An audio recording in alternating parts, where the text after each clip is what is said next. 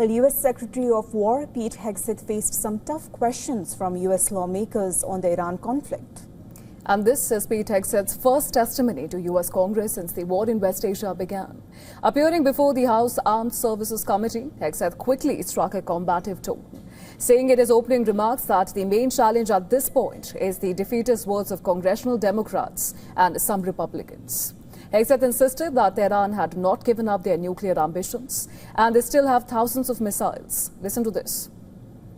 President Trump has been clear-eyed, from the killing of Qasem Soleimani to the pulling out of the Iran deal to Midnight Hammer and now to this effort to recognize that you have to stare down this kind of enemy who's hell-bent on getting a nuclear weapon and get them to a point where they're at the table giving it up in a way that so they never have it.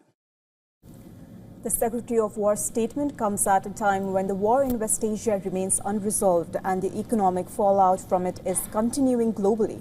As the hearing went on, the committee raised several questions on the feasibility of the war and how much it has cost the U.S. A senior Pentagon official provided the first official estimate of the military's price tag for the conflict.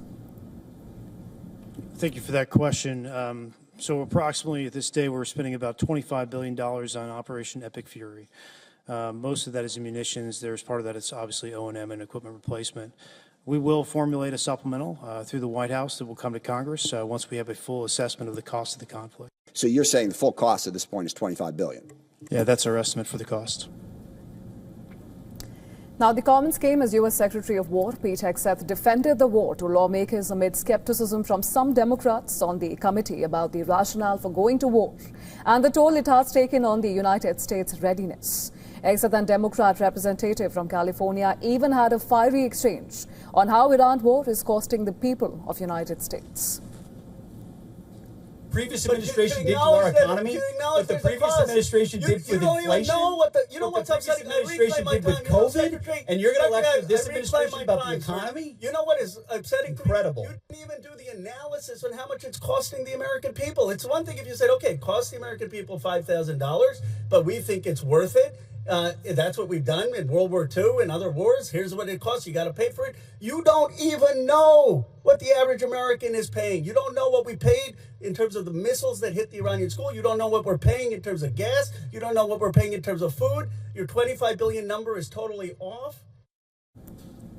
Meanwhile, Joint Chiefs of Staff Chairman General Dan Kane told lawmakers that President Trump is making trade-offs in focusing the military on Iran versus other key threats like China.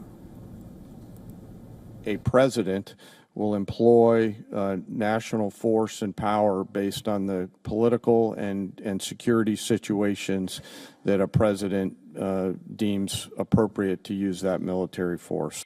There's always trade-offs in all of these things.